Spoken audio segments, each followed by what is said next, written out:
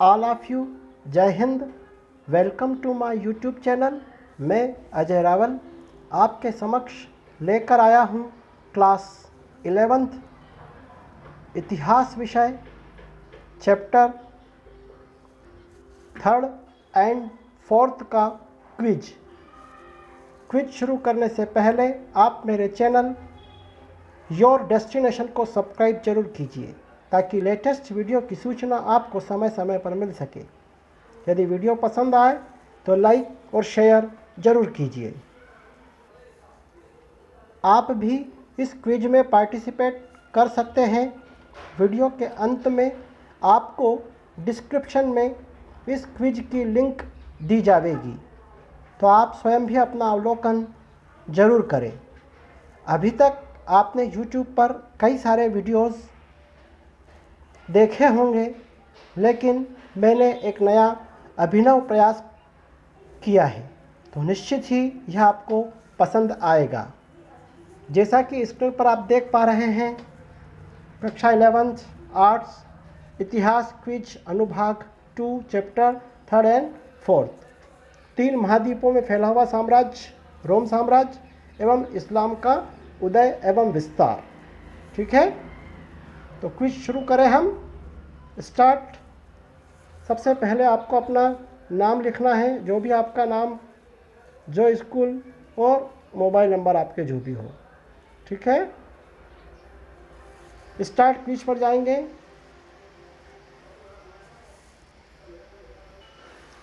पहला क्वेश्चन आपको आपकी स्क्रीन पर दिखाई दे रहा है। रोम में प्रिंसिपेट की स्थापना किसने की? ऑप्शन है आपके पास सम्राट ट्राजन, सम्राट अगस्टस, सम्राट कॉन्स्टेंटाइन और सम्राट टिबेरियन। तो राइट आंसर है इसका सम्राट अगस्टस। आपको स्क्रीन पर दिखाई दे रहा है, प्रिंसिपेट की जो स्थापना की गई थी वो 27 ईसा पूर्व में अगस्टस ने की थी। अगस्टस ने जिस राज्य की स्थापना की थी उसे ही प्रिंसिपेट कहते हैं। ठीक है, जो राज्य की स्थापना की थी उसे ही हम प्रिंसिपेट कहते हैं। अगस्टस का वास्तविक नाम था ऑक्टेवियन। ऑक्टेवियन को सीनेट अर्थात उच्च लोगों की संस्था ने अगस्टस की उपाधि दी थी, जिसका शाब्दिक अर्थ होता है सौभाग्यशाली। दूसरा क्वेश्चन, सम्राट कॉन्स्टेंटाइन द्वारा सोने के सिक्के चलाए गए थे, उनको क्या कहते हैं? ऑप्शन है आपके पास दिनारियस, बंजेटाइन, पेपाइरस या सालिडस। तो इसका राइट आंसर है सालिडस।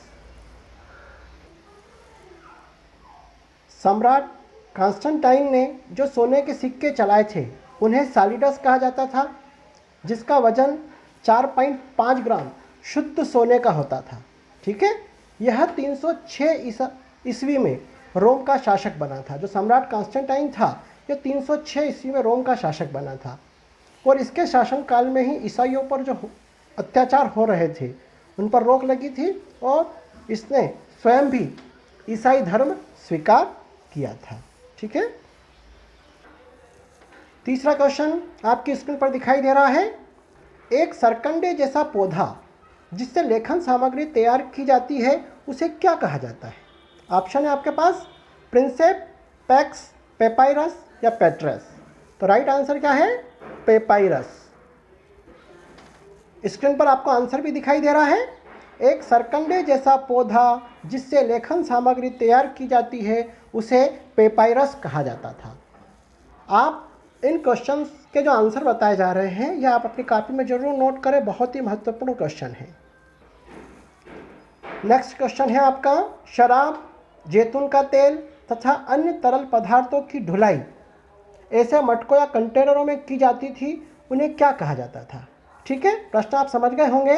शराब, जैतून का तेल या लिक्विड पदार्थ जो भी है उनकी ढुलाई अर्थात एक स्थान से दूसरे स्थान पर जब ले जाते थे तो उन मटकों या कंटेनरों में जो भरा जाता था तो उन मटकों या कंटेनरों को क्या कहते थे?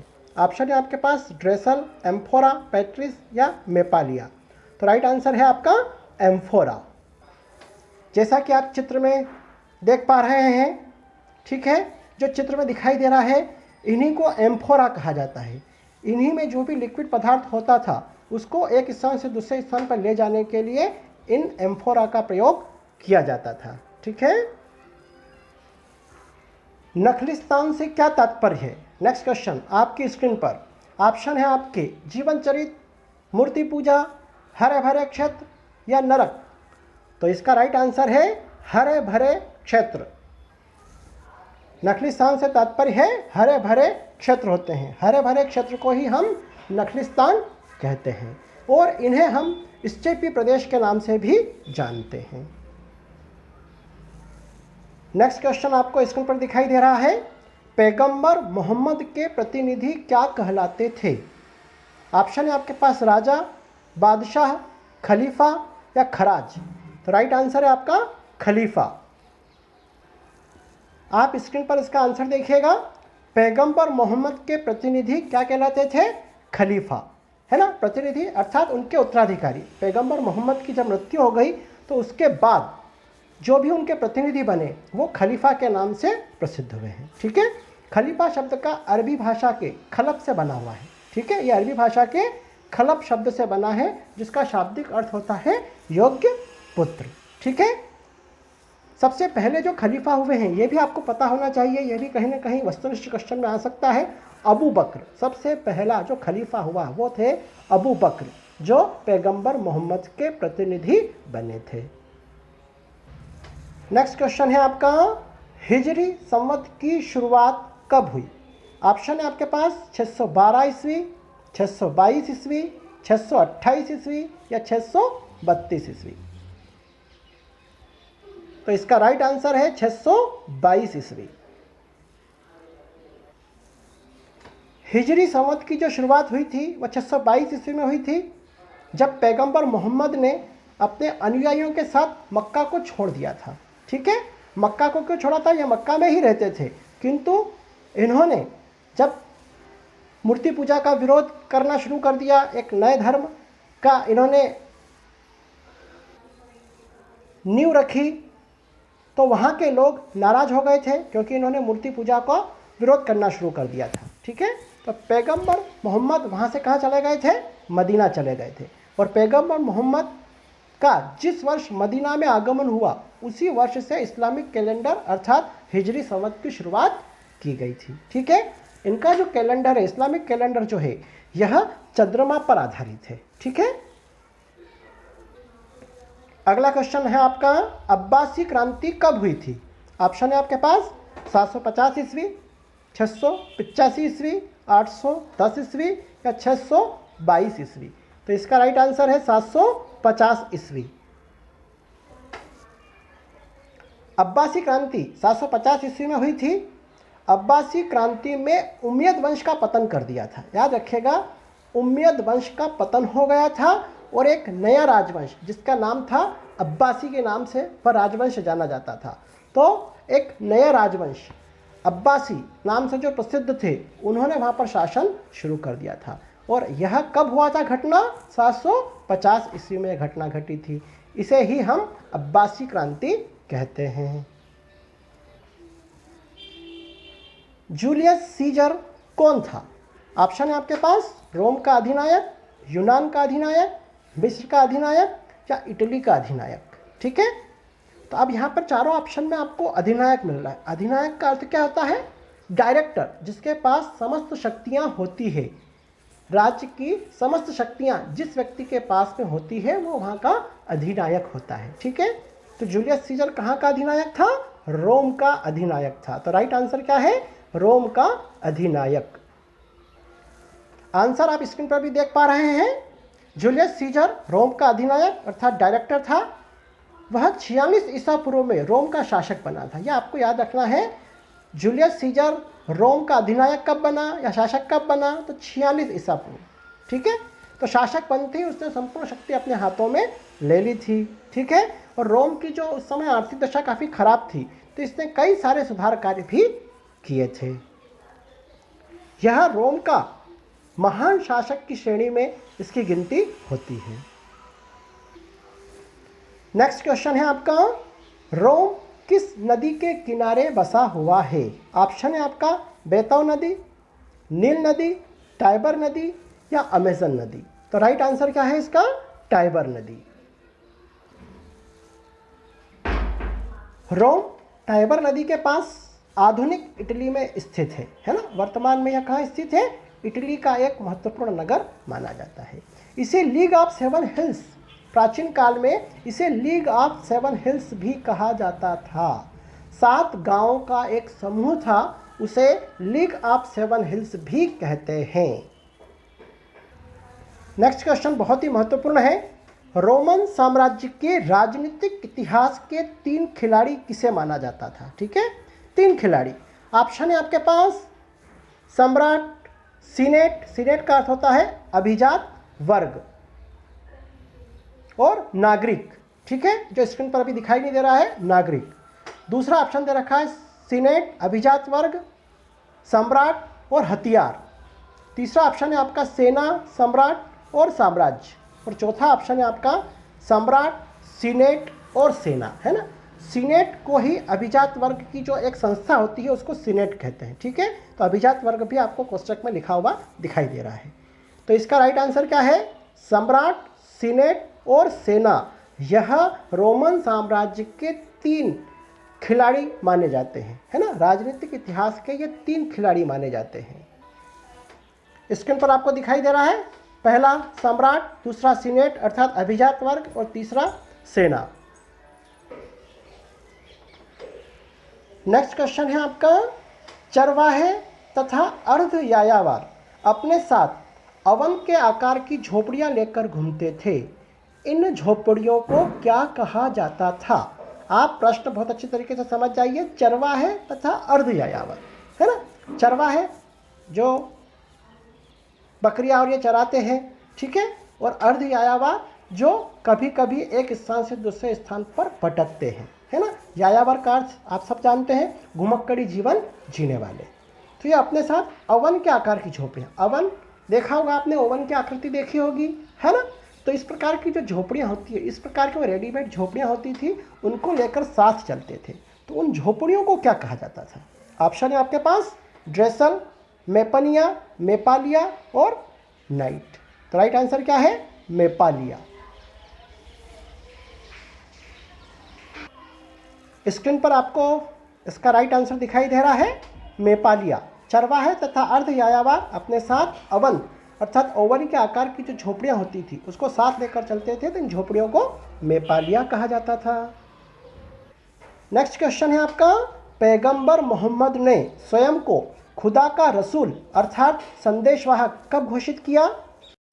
632 ईस्वी और 750 ईस्वी।